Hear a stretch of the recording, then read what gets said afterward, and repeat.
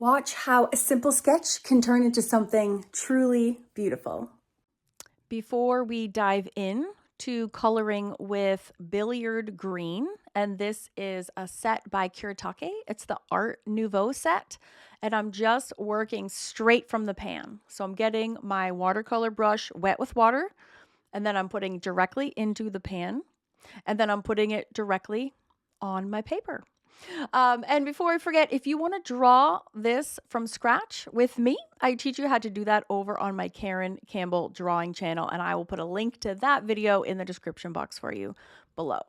So I'm just using a solid color green, that's Billiard Green again, from this set, and I'm just distributing it honestly quite haphazardly across the entire background area. Now, when I kind of caught wind of the fact of how inconsistent that wash was looking, I decided to remedy that by simply dropping in some big drops of water directly from the tip of my brush onto the background in the places I had already painted, and it creates this gorgeous bloom.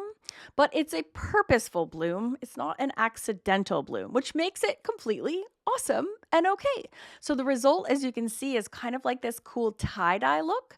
And you quite literally just, while your watercolor is wet, just drop in a little splash of fresh water, and that will make those beautiful blooms, and then it will dry that way. So I'm doing that quite on purpose to kind of like problem solve how inconsistent that wash was and to make it something really, really cool instead.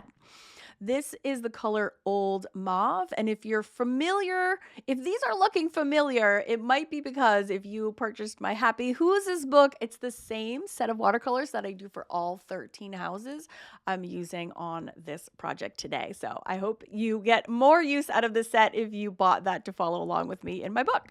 So yay, you're welcome. So fun. So I'm doing the whole background, and I'm doing it the same way that with that purple that I did with the green, which is while the areas are wet, I'm going and just adding a splash, just a big fat drop of water as I truck around the outside, and it makes that wonderful effect. What's also really cool is that you can watercolor directly on top of graphite. It actually kind of locks it in, but the graphite that we had used in the previous tutorial still works as a really nice area of shading. So what I'm going to do for this, I'll slow it down to real time whilst I do her face, is first I had all the shading done with just a blending stump, just graphite. So the good news is that you can just, I was going to say rewind, but you can erase if you're having second thoughts about this. So I had her cheeks were actually put in the drawing lesson to cover up that you can see it right here. There's like a little line on her face that I could not erase to save my life.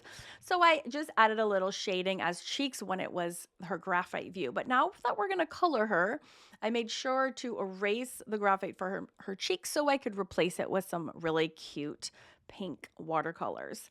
So I'm using the color Ecru Beige for her skin tone, which honestly I should have just used Potter's Pink, but hey, too late now. It's the same method. I'm not even using a palette. I'm just using an extra wet brush, size 0 Polina Bright brush, and I'm dipping it into my water, getting it nice and wet, putting it directly into the pan, and then putting it on the paper. And then I'm just using water to kind of even it out across from her. If you get any pockets that are inconsistent, which I do, you can just use a paper towel to sop it up, kind of do a do-over. You can also try to use water to just smooth it out. So water, just plain water if you're brand new to watercolor. If you use a damp brush, you can just use that to smooth out any areas that are not to your liking. So I'm going to speed things up a little bit and then talk you through the process. So I'm just speeding this up a tiny, tiny bit because there's a little bit of back and forth. But to summarize what's happening is while that paint is still wet, that first layer of Ecru Beige that I was just talking you through, I'm just dropping in a tiny bit of coral pink with the tip of my paintbrush while it is still wet. I'm also adding some flax beige along her hairline and around her eyes, just to give it like a little drama, a little shading. Even though she's a little sweet pea, she can still have a little bit more depth in her eyes. And then I'm using just a very damp, clean brush that has no watercolor on it, and I'm just using that to smooth it out. You can also see me using the paper towel to lift. So I'm re-wetting the paper and then lifting, and that does a really good job of just erasing uneven things. My paper was still wet, and so while it's still wet, I take a little tiny bit of coral pink just at the end of my brush, and I'm touching it onto her cheek while it is still wet. This is a really good view so you can see how more opaque this watercolor is than Western watercolors, and that is the color Cobalt Turquoise Light that I just used on her eyes, and I just did one little coat. I also added that same coral pink to her nose and her lips, and I'm adding yet another little drop of pink to her cheeks. So the key is to keep your paper wet and then keep adding little droplets as it dries, and it will just enhance the color of her cheeks. Now, sometimes things get a little crazy, and I have to say that is completely normal. That it wouldn't be watercolor if things didn't get a little out of hand from time to time. So to keep the pink from spreading all the way out to the rest of her face, I'm using just a dry paper towel to tamp it down, because that will dry my paper, because the paint and the water are not going to go if my paper is dry.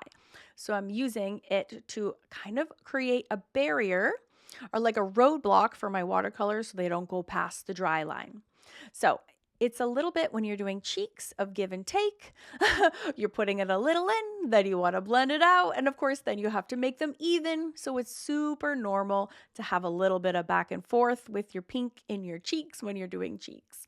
You also saw me do another little coat of the flax beige around her eyes and hairline just one more time, and that I added a little coral pink that time just to make it a little less grungy and a little bit more cute.